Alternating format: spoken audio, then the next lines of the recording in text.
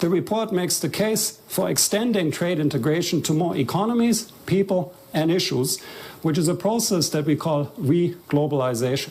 And I'll come back to that with a number of examples, but just keep it in your minds.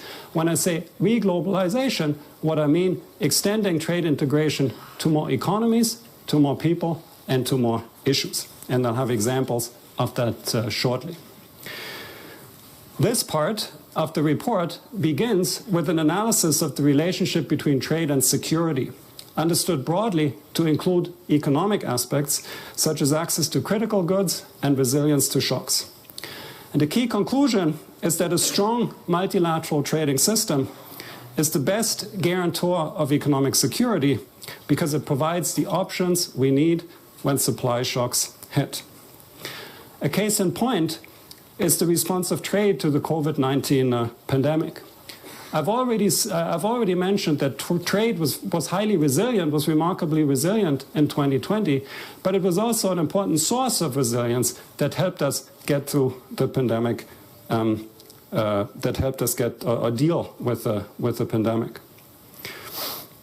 In particular, international supply chains became vital to ramping up the production and distribution of medical supplies, with trade in medical goods rising at a rate of 16% in 2020, trade in personal protective equipment rising by almost 50%, and trade in face masks rising by 80%.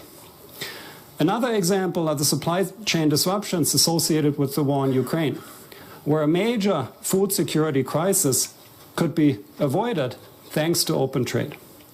For example, Ethiopia imported 45% of its wheat from Russia and Ukraine before the war, and then saw these imports plunge dramatically by 75% in the case of Russia, and by essentially 100%, 99.9% in the case of Ukraine.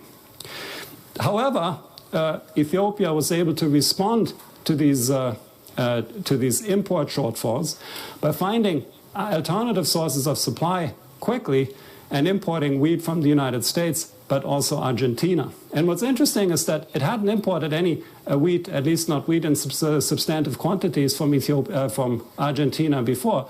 So this really shows you the importance of an open and multilateral trading system, because you never know what the source of supply shocks is going to be, and you also never know who has the capacity to help you deal with them. At the same time, the report stresses the need for expanding economic integration to more economies. And that's my first example of reglobalization. Remember, reglobalization is about expanding economic integration to more economies, people, and issues. So now I'm going to talk about the first dimension. We estimate that the share of bottleneck products, which we define as products that have both few suppliers and large market shares, so potential bottleneck products, I should say, that share, the share of these products in total trade has doubled from, or more than doubled, from 9% to 19% between 2000 and 2021. The report then turns to the relationship between trade and inclusiveness. It shows that trade is a powerful tool to improve living standards, which helped lift hundreds of millions of people out of poverty. From 1981 to 2019, lower and middle income economies increased their share in global exports from 19 to 29% and reduced the share of their population subsisting on less than $2.15 per day from 55% to 10%. I mean, think of this. $2.15 is the international $2.15. That's the international poverty line defined by the World Bank, and the share of people from lower and middle income economies living below that poverty line has fallen from 55% to 10%, and that has been associated with an expansion of international trade.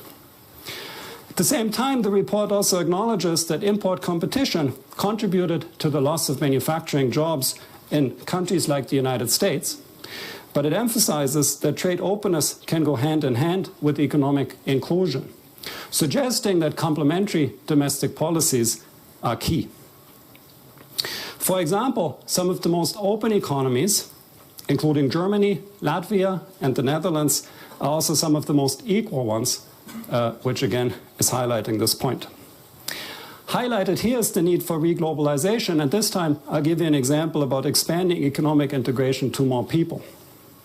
For instance, African women would gain disproportionately from a reduction in the trade barriers to digital trade, because 3 out of 4 African firms trading exclusively through e-commerce are owned by women.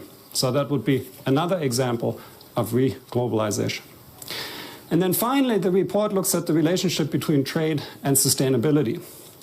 It acknowledges that this relationship is complex, but it also makes clear that there's substantial scope for trade to be part of the solution when it comes to climate change. For example, trade provides access to technologies which are vital for the green transition.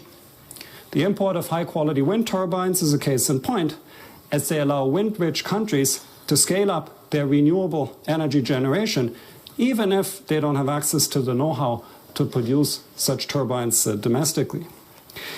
And this also provides a good example of the need to expand trade integration to more issues, which is the third dimension of reglobalization that I want to highlight.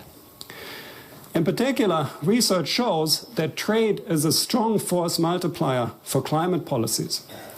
Simulations show that more than 1/3 of the emissions reduction achieved by a hypothetical global carbon tax would be due to what we call environmental gains from trade. Just as there are economic gains from trade, which originate from countries specializing in what they're relatively good at, there are also environmental gains from trade originating from countries specializing in what they're relatively green at. But this requires open trade coupled with coordinated climate action, and in that sense, an expansion of trade integration to more issues. Of course, the report also discusses the role of the WTO in fostering reglobalization. It underlines that WTO members have already made progress towards this goal in recent years.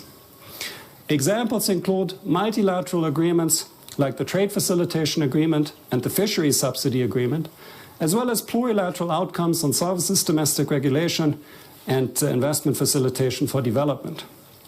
To cite just one number, WTO estimates show that the Trade Facilitation Agreement has led to an increase in trade flows by $321 billion, of which most of the gains, so at least a substantial share, accrued to least developed countries. The exports of which increased by 2.4%, with a 17% increase in the agricultural sector. So in some sense, that's a policy change bringing about reglobalization. But to achieve a secure, inclusive, and sustainable future, clearly more needs to be done.